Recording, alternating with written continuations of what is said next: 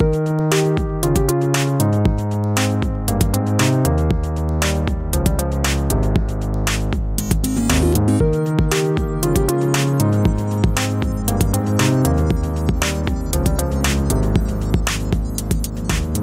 everyone, and welcome to another GameXplain discussion. I'm your host, Derek Bittner, and I'm joined today by Nintendaan to discuss his playtime with Hey Pikmin. So let's get started. Alright Don, so you actually already have the full version of Hey Pikmin in on the 3DS, and I'm very curious how it actually is, because a lot of people don't seem to have high expectations for this one. It just seems like a side game, it's nothing like the main titles, it's just, why did they even bother? How do you feel about it? I think I should start with emphasizing the fact that no, this is not like regular Pikmin. It shares some specific gameplay elements, but it's nowhere close to it. That being said, I think this is a really fun side game to this franchise. No, that's a good sign. I've played through, let's say, almost the first 5 worlds. I can talk about 8, but I only played through the first 5 worlds, and that has 2 reasons. One, I'm taking the time with the game because I actually really like it.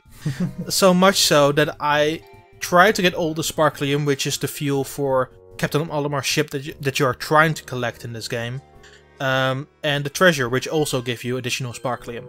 So I really take my time to collect everything in every single level, and I don't continue until the next level until I find everything. So every single secret path, every treasure, every little snippet, I try to observe it very calmly, and in my own manner. And I don't really do that with games often anymore. I like to rush through a game and then go on to the next one.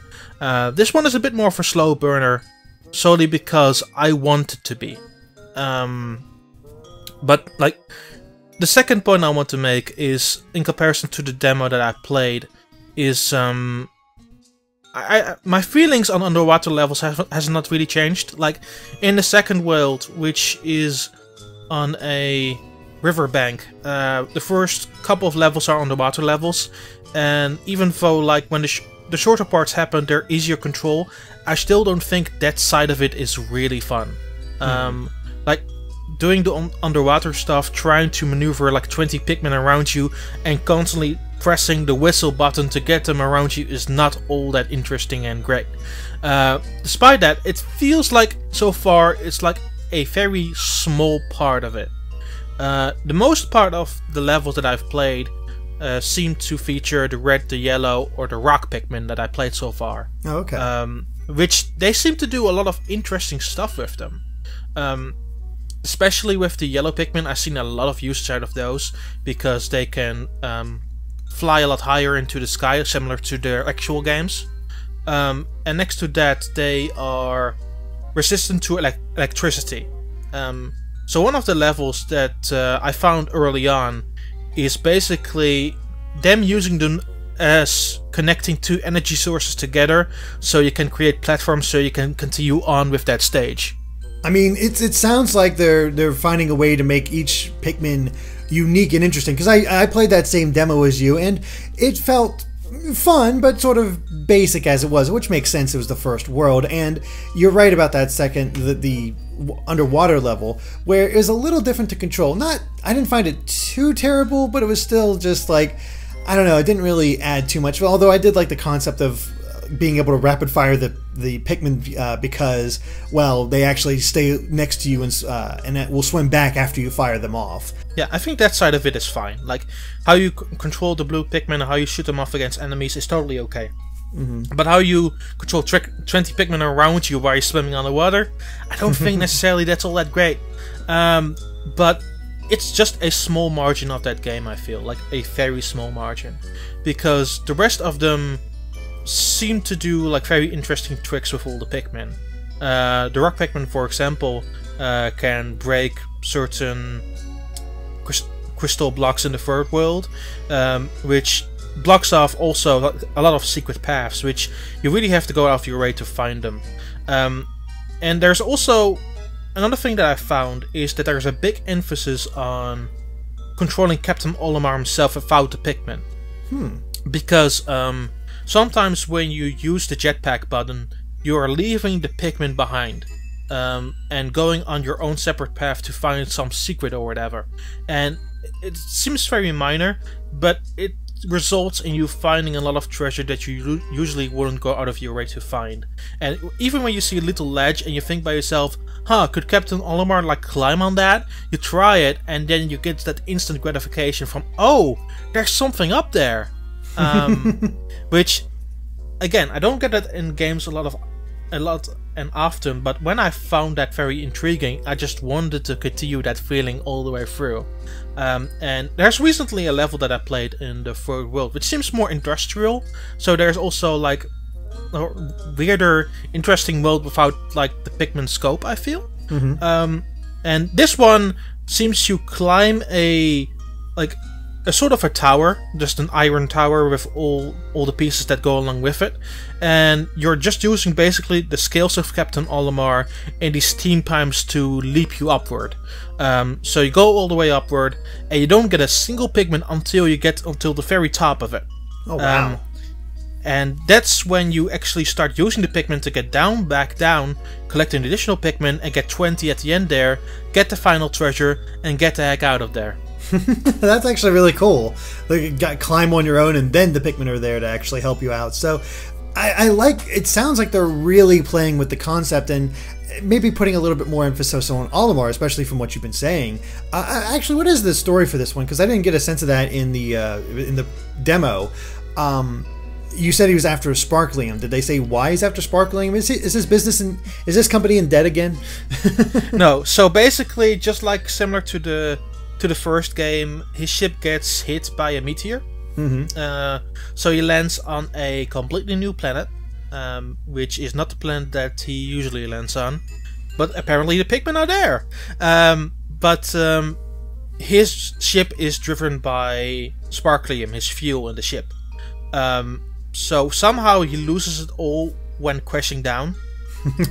So the emphasis of this game is finding 30,000 Sparklium by the end of the game. And that sees you like collecting all the treasure, collecting like little trinkets, like little golden bulbs that give you 1 Sparklium each.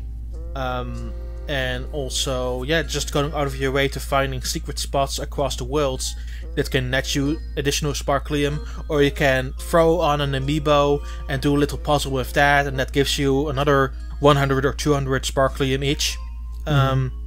So that's how you work your way up to that 30,000 goal. Okay. So far, I feel that I'm far further than I should be. Maybe because I use a little bit of the amiibo, and not a lot. Like, I use it about 6 times. Okay. But for the most of it, I'm currently at about 17,000 Sparklium. Oh wow! Of the 30,000 goal. So I feel that I'm a little bit ahead. Maybe it's because I'm playing so considerate that I'm getting this far. But it's something to think about for sure. I'm not sure how I'll feel about that by the end of the game, but so far, it seems to like. It seems to complement my skill level when it comes to video games. Well, that's good. That's definitely good. No, it's cool that they have that idea. Did not expect a different planet. They might have mentioned that as well. So, how many returning elements are there? Like, we know we have all the Pikmin, of course, but is it familiar enemies, or they have new ones, or how close is this to the other Pikmin games?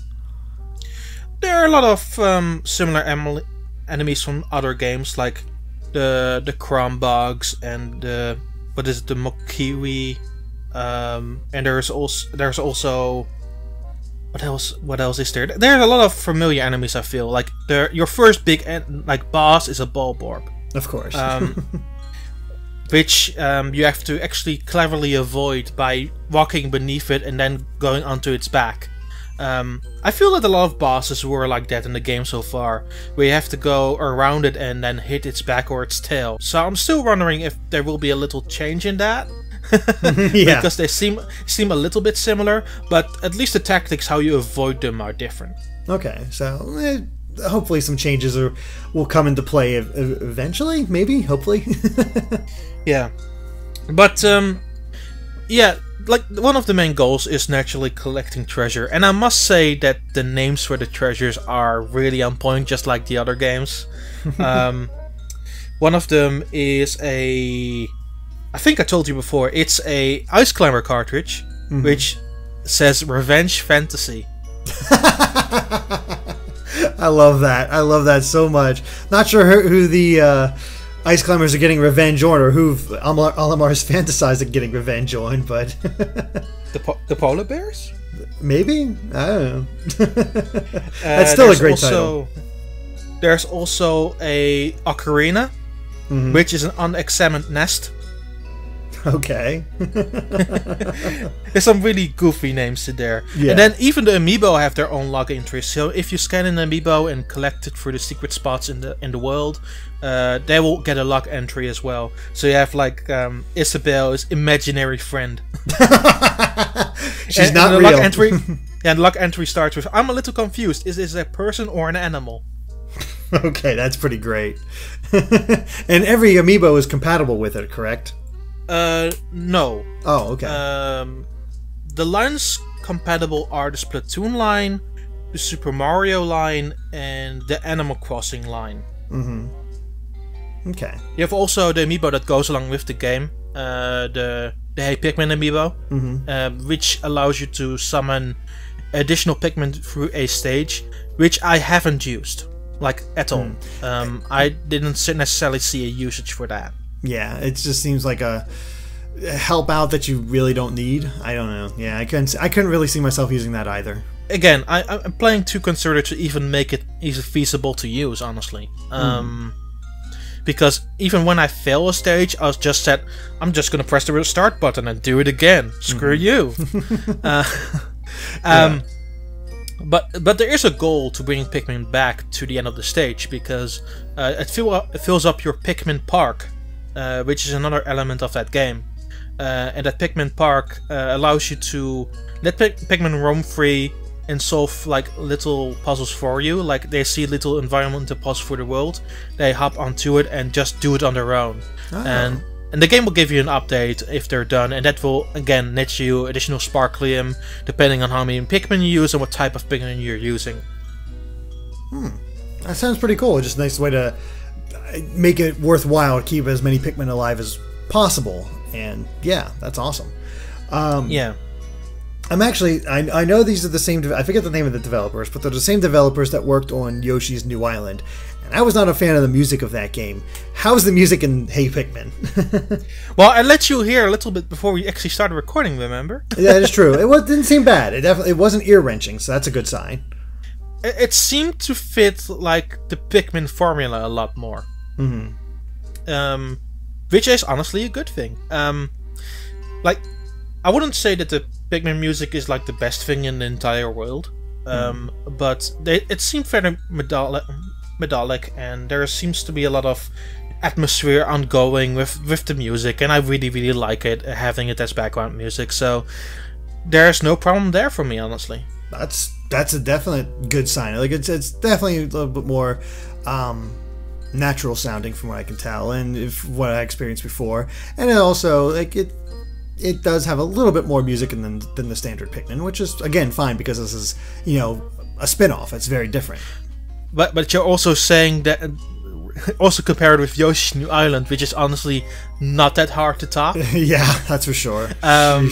Because it seems to repeat the main theme every single world. And here it seems to like there are a few similar themes within a world, but that makes sense because of the environment, But for the most part, the music seems fine, like absolutely fine. Another thing I have not really touched on, and this is also another part of the presentation. Sometimes when you find new Pikmin, they play out little scenes.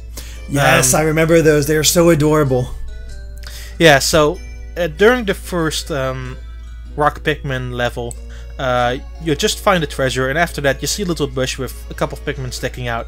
You press the whistle button, they jump out, but one of the Pikmin actually hits the top of a rock and gets crushed and just falls down like oh my gosh, increasingly harsh headache. It was so fun. I just love the scenes when you find new Pikmin and they do little stuff like it. And I still find new stuff like that, like embedded to the stages, like even this far into the game. So they seem to emphasize the cuteness of the Pikmin, but also like being very considerate in finding like the treasure in the levels, which at least are two elements that I remember from the older Pikmin games, but they're presented in like a side-scrolling fashion in a very different way. Yeah, it all makes sense, and I like that they're adding that much extra personality to the Pikmin themselves. Does Olimar have a bit of personality as well? Do they have his journals? They don't seem to have his journals, no. That's sadly lacking there. Oh, that's a shame. Like, from an Olimar perspective, it's mostly a computer on board the ship that does the talking for you. And does you explain you little things, and tells you about your update on Sparklium, and sometimes gives you new features, depending on how many Sparklium you have unlocked. So, for example, a longer reach of your jetpack, and that sort of stuff. Okay. But like personal entries from Olimar itself, sadly not. That's a shame. That's all. Like, I liked how much personality he was given in the first game, just because those daily journals, and you learn a little bit more about him and his family, and I don't know, it adds a little bit of charm to it. So, I mean, at least the Pikmin are getting some attention, but it would have been nice to have Olimar get that as well. But no, well. Yeah, for a game that seems so focused on attention to detail, like again, the blog entries, the Pikmin, even the visual presentation is actually kind of nice. It seems weird that Olimar doesn't really have any sort of dialogue. Yeah. Well, you mentioned the visuals. Like, is the game look good to you? For a 3DS game, it looks really good. Like, the cuteness of the Pikmin comes over like really well. Oh, nice.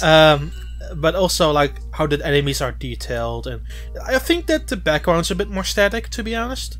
But like the foreground and how everything moves in motion is actually kind of nice. Yeah.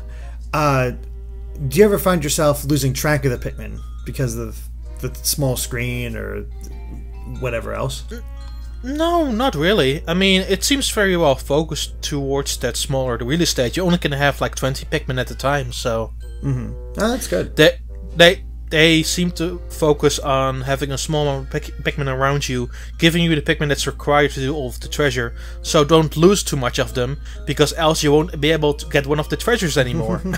Yeah, you kind of need that. Yeah, for example, one at the early stage, I had 4 yellow Pikmin. I was like, they start me with yellow Pikmin, that's interesting. And then I start already losing one at the beginning of that stage, and it is very far in, so I'm not too worried about losing one right there. But then, half a minute later, like a treasure comes up and it requires yellow Pikmin to reach, and you need exactly 4. Oh, wow. So they were actually considered of thinking that up, so you need to keep them alive for that long to ensure that you get that treasure. It's like, dang it, okay, fair enough. Yep, can't lose any of them. Oh boy. Well, any other thoughts on your experience so far with Hey Pikmin? Not really. I would say that it honestly surprised me. I really went in to be disappointed with this game, I feel. Because I wasn't really sure what to think of it after playing that initial demo.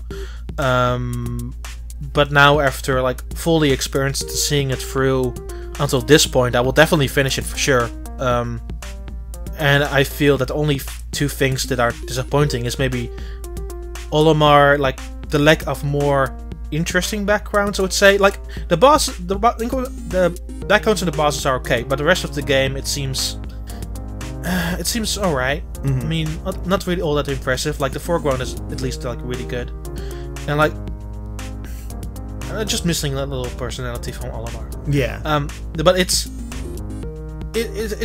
those 2 things in particular, and then the other underwater stages is something that I couldn't really get behind. Like again, short parts are fine, long parts I could do without them. They're not the end of the world, but they're not really all that fun to me. Yeah.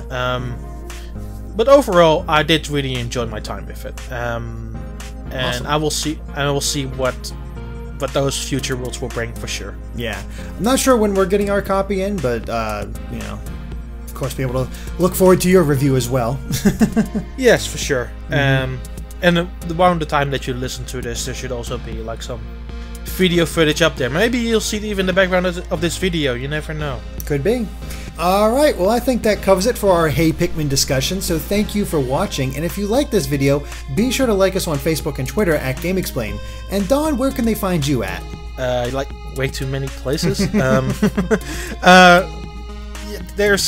Well, you can also find footage that I've done at a Posty event on this very channel, so you can look that up for in addition to that. But additionally, you can find me on Twitter, which is at Nintendaan. Same on YouTube, but then that's an on at the end. Go Nintendo, Nintendo World Support, and a whole bunch of other places. Go somewhere Nintendo related, you'll find Don. Yeah, that's how it works, right? Yeah, pretty much. Yeah, fair enough. Yeah. And of course, make sure to subscribe to Game Explained for more on Pikmin and other things gaming as well. Until next time, bye.